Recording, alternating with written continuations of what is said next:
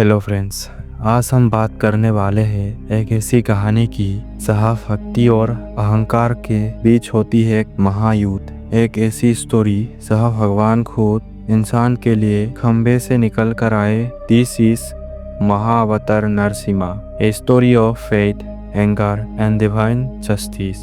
बहुत पुराने युग में एक ऋषि थे, कश्यप, और उनकी पत्नी दीति। दीति चाहती थी उन्हें संतान मिले, लेकिन समय था अशुभ। ऋषि कश्यप मना करता है, पर दीति जीत करती है और उस जीत से जन्म लेते हैं दो राक्षस, हिरण्यक्ष और हिरण्यकशिपु।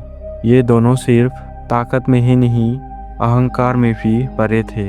उनका मनुष्य और देवताओं से बदला लेने का संकल्प पूरा विश्व हिला देता है। छोटा भाई हिरण्यक्ष अपनी शक्ति दिखाने के लिए भू देवी माँ धरती को समुद्र के तल में ले जाती है। सब कुछ अंधकार में डूब जाता है। तब भगवान विष्णु धारण करता है बड़ा अवतार, आधा सुअर और आधा मनुष्य।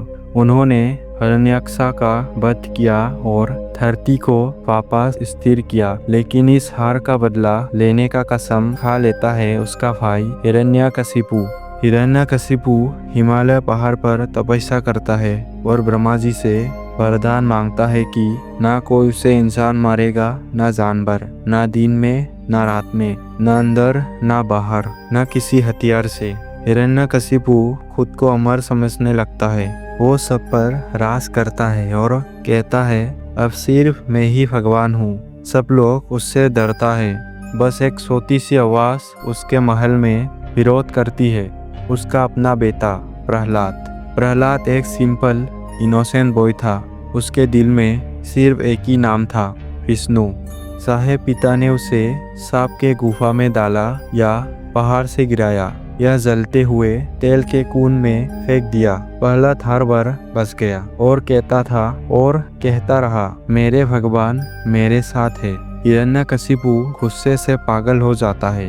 एक दिन महल में हिरण्यकशिपु चीखता है और कहता है, बेटा प्रहलाद, क्या तेरा विष्णु इस खंबे में भी है?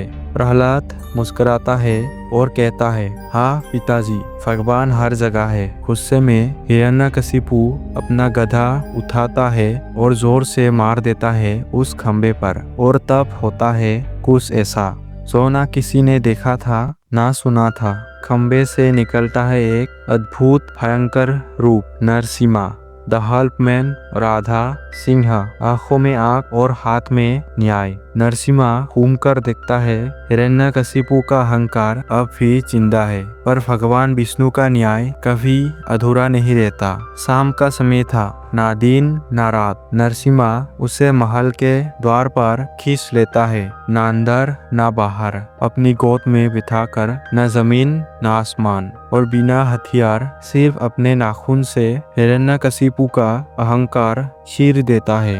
सब देखते रह जाते हैं। भगवान ने हर शर्त को तोड़े बिना न्याय पूरा कर दिया, पर भगवान का क्रोध अभी शांत नहीं हुआ था। देवता ब्रह्मा सब डरे हुए थे। तब प्रहलाद आगे बढ़ता है। छोटा सा बच्चा हाथ जोड़कर कहता है, भगवान अब शांत हो जाइए, आपने धर्म की रक्षा की है। नरसिम्हा उसे देखता है और फिर एक कोमल मुस्कान के साथ उसे गले लगाता है। सब जगह प्रकाश फैल जाता है। अहंकार हार गया, भक्ति की जीत हुई। ये कहानी सिर्फ एक देव अवतार की नहीं, यह दिलाती है कि जब भक्ति सच्ची हो तो भगवान खुद आकर न्याय करते हैं। महाअवतार नरसिम्हा एक कहानी जो सिखाती है, जब अंधकार बढ़ता है तो प्रकाश भी उतना ही तेज होते हैं।